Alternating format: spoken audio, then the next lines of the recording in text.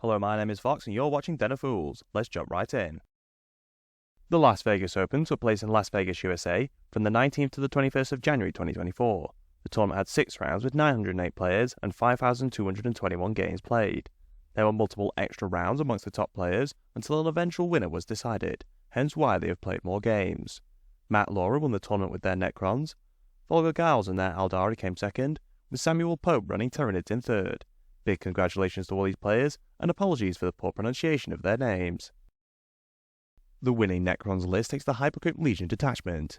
Borrowing from the Grey Knight, it allows you to remove up to 3 units in a 2K game from the battlefield and place them in strategic reserves as long as they are not in engagement range.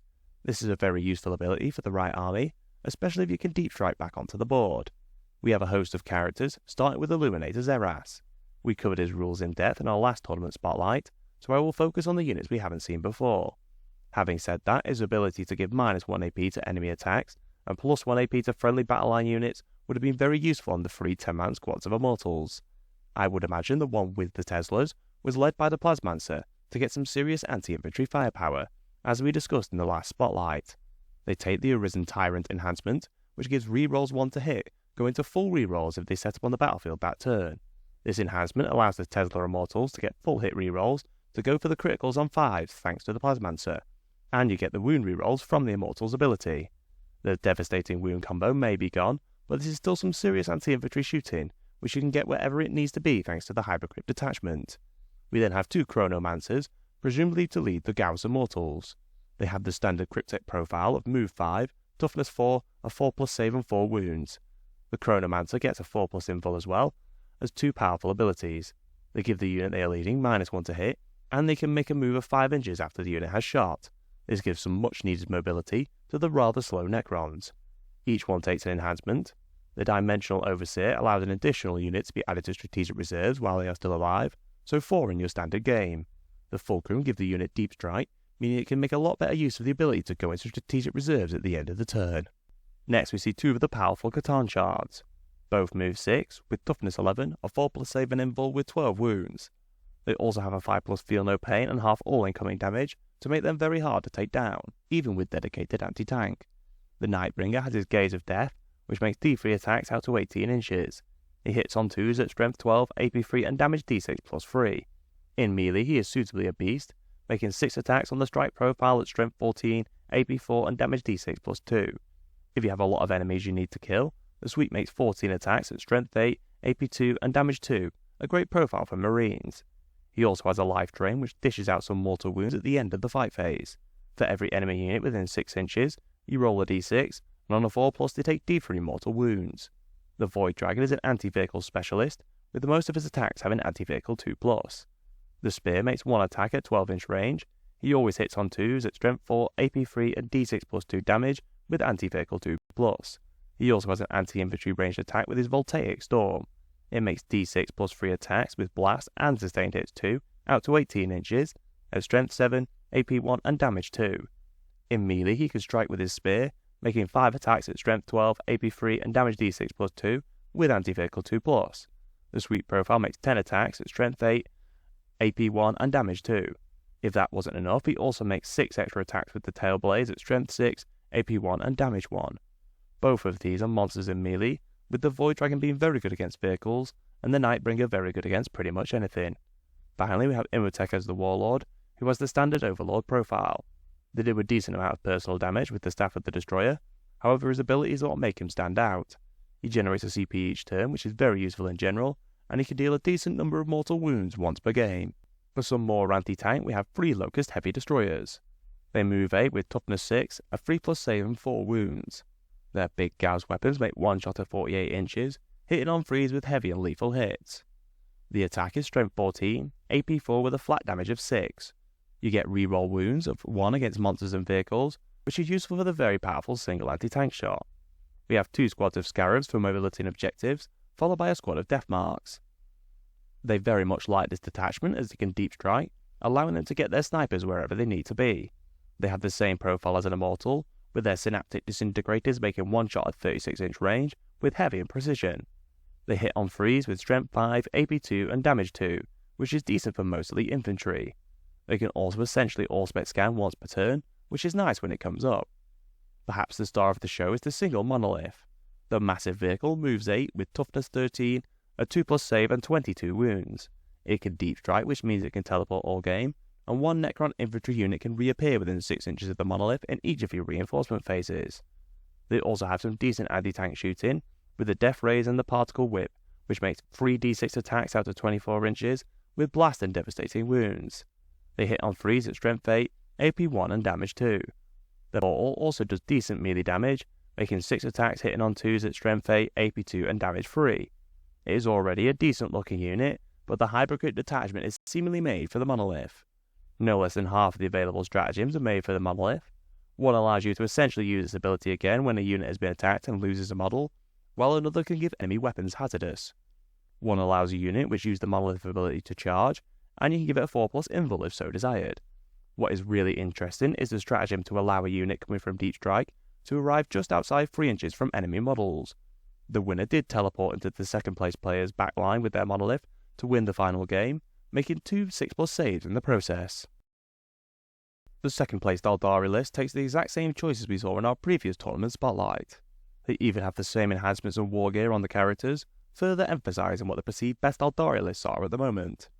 We see the popular Yin Khan, followed by the Phoenix Lord Fugan, who could dish out some serious anti-tank with Searsong.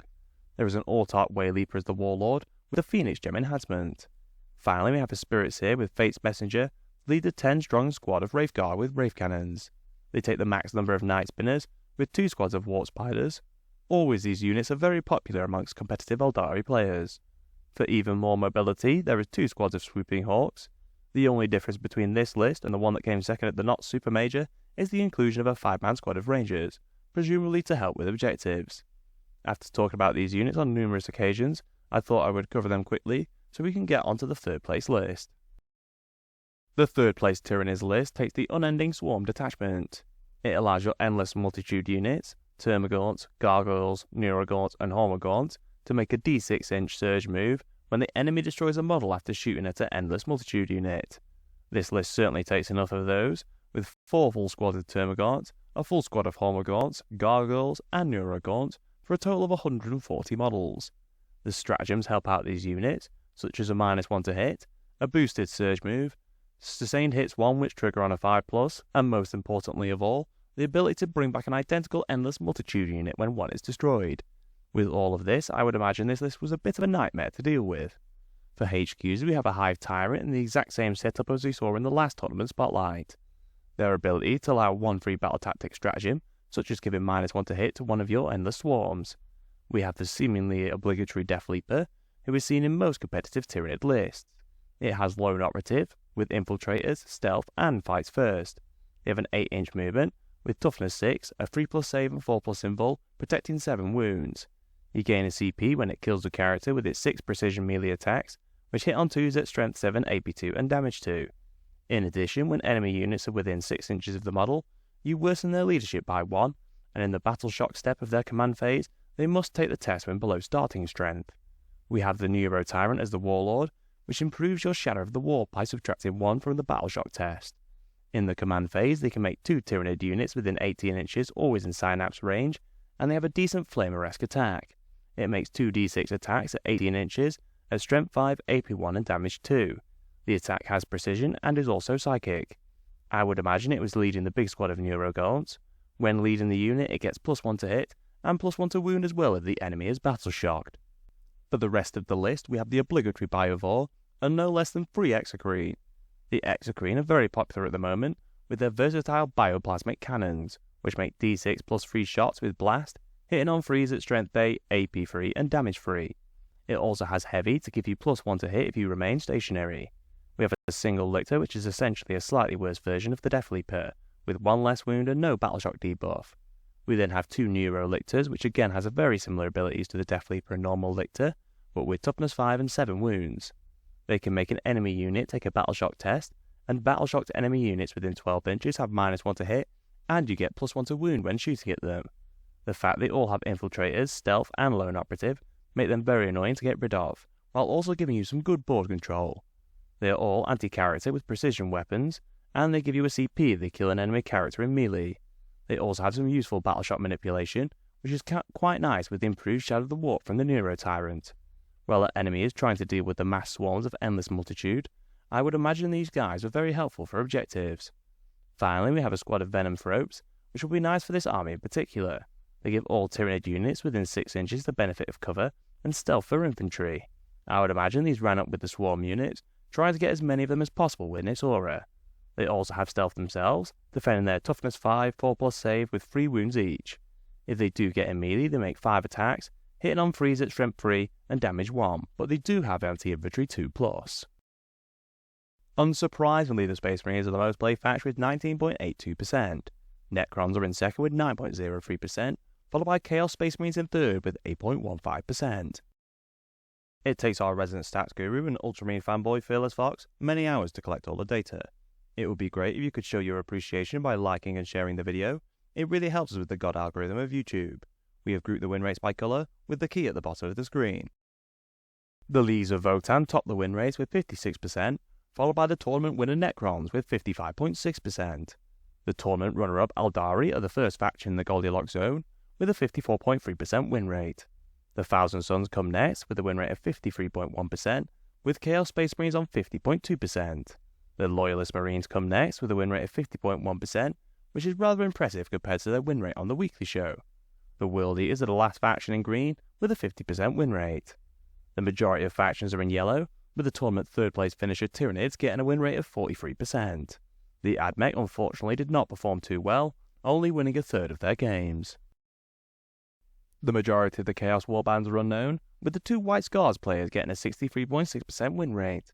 The 8 Deathwatch players manage a win rate of 57.4%, with the Ultramarines on 54%.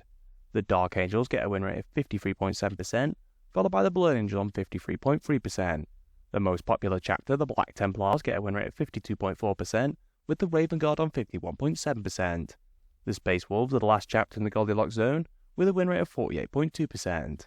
The Salamanders get a win rate of 41.2%, with the Iron Hands on 38.3%, and the Imperial Fists winning a third of their games. If you enjoyed our content, please subscribe, check out one of the videos on screen, and consider using our affiliate links in the description. Thank you for watching.